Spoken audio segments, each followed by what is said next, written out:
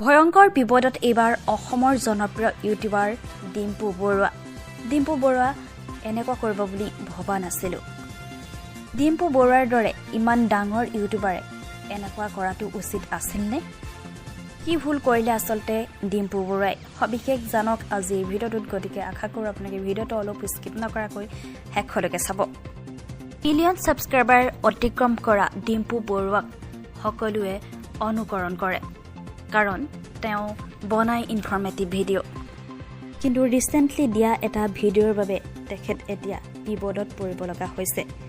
আমি সকলোৱে জানো যে ভগৱান ৰামৰ দুজন ল'ৰা আছিল, লৱ আৰু কুশ। কিন্তু ডিম্পু বৰুৱাই আপলোড কৰা সেই ভিডিঅ'টোত ৰাম মন্দিৰৰ কথা কওঁতে তেওঁৰ দুজন পুত্ৰৰ নাম কুশা আৰু লাভা বুলি জানিবলৈ দিয়ে। আৰু এনে ভুল তথ্য দিয়াৰ বাবেই এতিয়া বিতৰ্কত সোমাই পৰিছে ডিম্পু বৰুৱা। আৰু আপোনালোকে এই বিষয়টোত কি বুলি ভাবে? ইমান এজন অসমৰ জনপ্ৰিয় ইউটিউবাৰ হৈ এনে ভুল কৰাটো আচলতে উচিত হৈছেনে?